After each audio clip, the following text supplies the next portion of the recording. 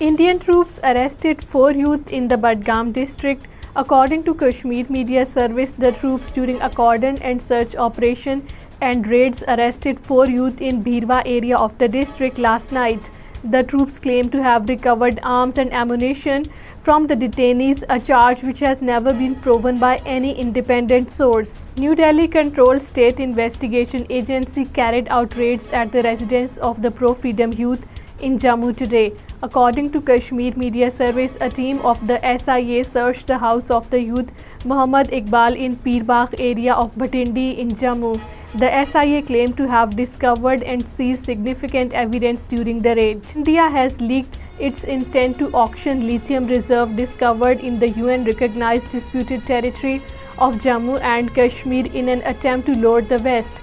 According to Kashmir Media Service, India had claimed discovering lithium deposits in Jammu and Kashmir earlier this year, totaling an estimated 5.9 million tons. Caretaker Prime Minister Anwarul Haq Kakar has said that Pakistan wants peace with India, but only peace with justice.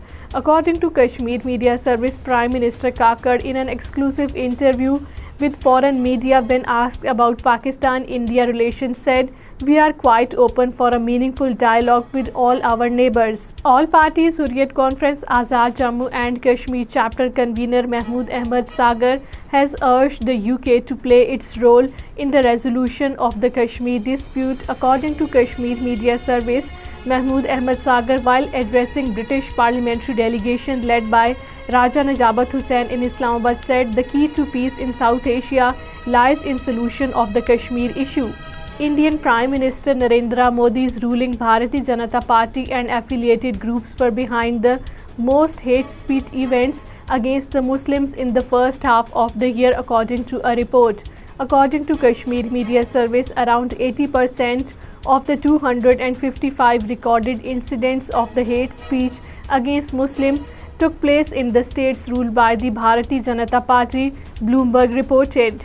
Canadian Sikhs held protests outside the Indian diplomatic missions in Ottawa, Toronto and Vancouver, wherein the demonstrators carrying Khalistan flags burned the Indian flag and hit the Indian Prime Minister Narendra Modi's effigy with shoes. According to Kashmir Media Service, hundreds of protesters took part in the protests in Toronto and Vancouver.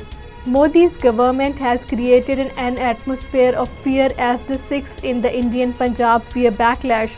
According to Kashmir Media Service, in the village of Bharsinghpura, Punjab, India, there are few memories of Nijjar, but his uncle Himmat Singh Nijjar, 79 years old, said, "Locals think that it is very brave of Trudeau to accuse the Prime Minister Narendra Modi's government of potential involvement in the killing," reported by the British news agency Reuters. Canada has issued fresh travel advisory asking its citizens in India to stay vigilant and exercise caution in context of the tense situation prevailing between Canada and India over the killing of the Sikh leader Hardeep Singh Nijjar. According to Kashmir Media Service, the advisory has been issued amid calls for protest and some negative sentiment towards Canada on social media.